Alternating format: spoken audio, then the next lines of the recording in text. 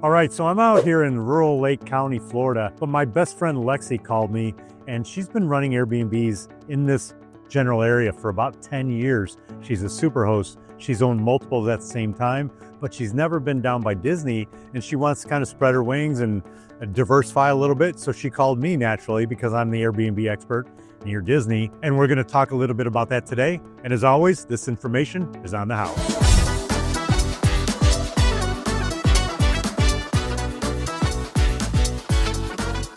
This is amazing. I love your house and your property.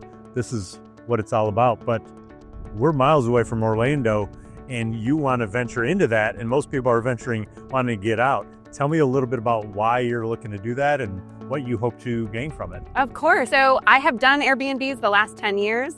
I've done unique Airbnbs, homes built in 1913 with that cute charm that comes with it, wood floors and beautiful history. We've done some kind of farm petting zoo style Airbnbs. If you can hear the cows or chickens, they are around. And I'm looking at what other options we have. And it's interesting for me because I think I know a lot, but I don't know anything about the Disney area Airbnbs. Yeah. So you go to the expert and give me some information about what I don't know. So we're looking at a completely different kind of clientele. People coming out to some of your Airbnbs that are a little more rural or not necessarily convenient to the theme parks. They're coming in for their grandkids' baseball games or funerals or high school reunions, things like that. 100%. Right? Yeah. So people that come down by Disney, those are typically, they're going to the theme parks. Not all the time. They're coming in for youth baseball tournaments and cheerleading competitions, things like that. But primarily they're coming here for the theme parks and all that that has to offer, all the magic of Orlando. It is a different clientele. Your marketing has to be different. Your website has to be different. We strongly advise that you theme out your house heavily towards theme parks and children, and not necessarily farms and whatever else you might do out here. And we've done a little bit of the theme. My mother has always been involved with me as well. And we've done a mermaid themed Airbnb in the middle of nowhere. We've also done a Disney themed, with the old classic kind of posters and that kind of fun stuff as well. So we have a little bit of the theme knowledge, not some of the cool stuff I've seen on your videos. Yes, some of these houses, they're just, it blows your mind, some of the themings that people have come up with. Someone like me and maybe a property manager and a true theming expert that's worked in that arena before is to come up with unique ideas and different ideas to capture imagination and not be run-of-the-mill, not be ordinary, because you're competing literally with tens of thousands of units, not 3 or 4 within your zip code. So that has to really be top of mind for you. Absolutely. Because everything's different. Pricing structure, strategies, your nightly rates, and how you attract people, first of all, because again, when they go on these platforms to book, they have thousands of choices and they're just scrolling until something captures their mind. Yeah. It's not necessarily about, my graduation party is in Umatilla. I need to be close as possible to a theme park, but I have thousands of options. So how do you stand out? That's really, location, you can't change that. So absolutely, drive time to the parks should be top of mind. Some people are always investors. This is an investment property, right? You're not going to live in it. Yes. So for you, getting a deal is top of mind, but do you want a deal that you have to then go in and refurbish or update or re-theme? Or do you want something that's move-in, already making money, already have future bookings in place that you can walk into and have some predictable income already? And that's kind of where the battle begins of which direction do I go? What's right for me? Am I willing to, what time of year am I buying it? Am I buying it right now? It's September of 2025. This is typically a very slow month near Disney. So now would be a good time to own one, shut it down, and remodel or refurbish or retheme. A lot of the people that purchase these are either out of state or out of the country. They don't have the luxury of driving there on a daily basis or weekly basis, checking on the property, having local handyman and contractors to do some of these updates and work quickly. Because if you're living, for some reason, I've sold a lot of these from people from Utah, and they get cheap flights in here, all while trying to manage a contractor that may or may not show up when they fly in. So you have that extra luxury of being close and getting things done quickly, where they might take they might have to do one room at a time because every time they come, it's one room and one contractor, or it might be 3 contractors are trying to manage on one trip. So that just, the complexities of trying to do it from long distance are exemplified for you. I know you're available to help in those Of for course. people out of town and for me. I'm good at the demo part, but I'm not super creative at building anything. I'll help you tear it apart. Yes, So those are kind of things that are top of mind for me. First, location. Second, what are your expectations? Because again, everybody buys these for different reasons. They're either buying them because they have young children and they want the magic to continue for the next 10 or 12 years and get to visit a place that they can go to Disney and kind of stay for free. There's some people that are just looking to park some money for a while until they figure out what they want to do with it.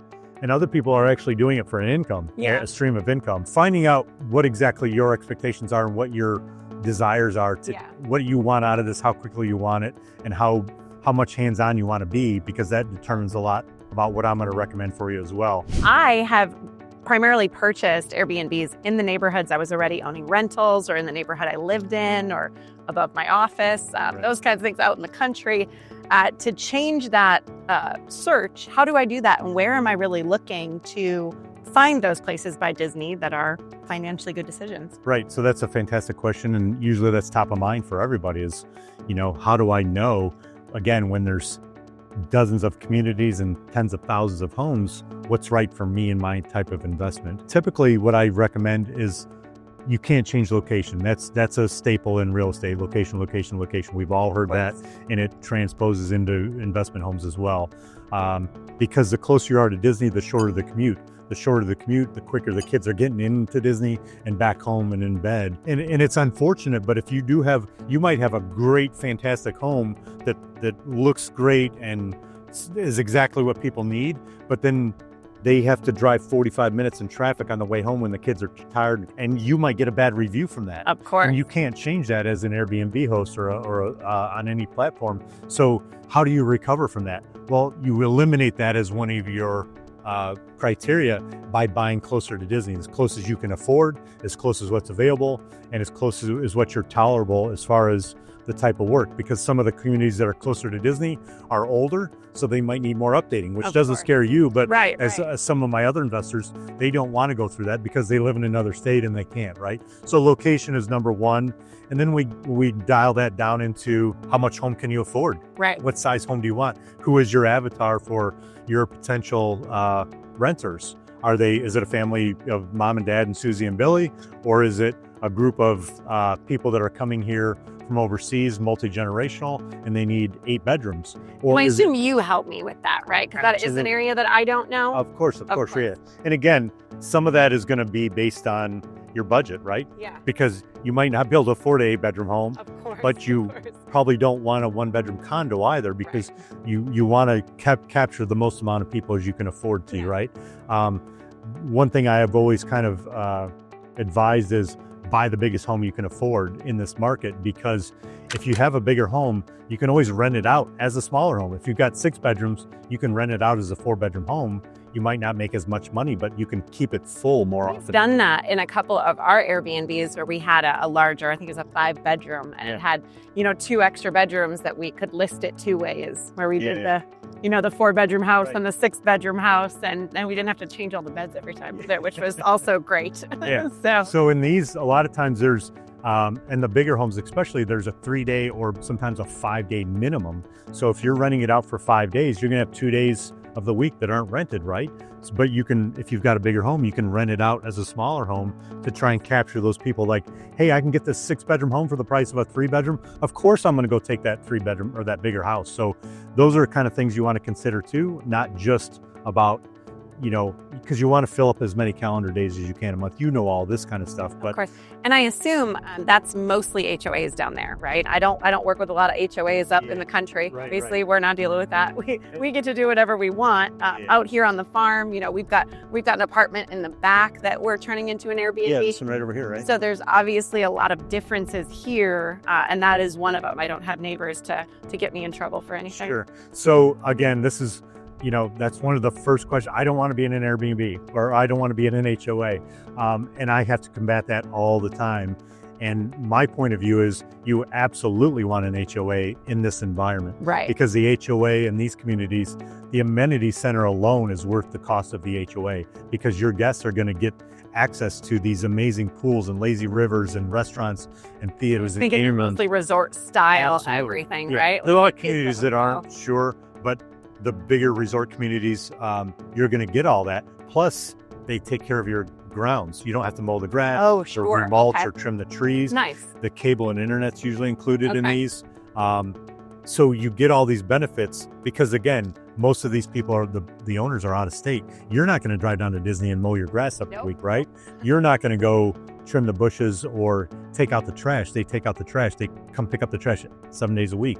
So those are kind of benefits of the That's an HOA, interesting thing. as well as when it may be a cloudy day or they're just tired of going to the parks every day. They want to stay close and go to the resort, walk down to the pool and play games and just relax without having to go in the hustle bustle. So to me, the HOA is vital. If you don't have an HOA here, you're probably not going to do as well, just because you're not going to come up in the algorithms either, because the homes that get rented the most, typically the bigger resort homes have the most homes in them. They get rented more often. So the algorithm is going to push you towards those communities. So if you're out here and don't have any amenities and no one's renting you, the algorithm is never going to show you on their screen when they go to look for a home. Yeah, That's 100%. my perception of how they work. My clients that own in these communities advise them to go in larger resort style communities with HOAs for that reason, because they're going to get more eyeballs on them by people searching and renting them.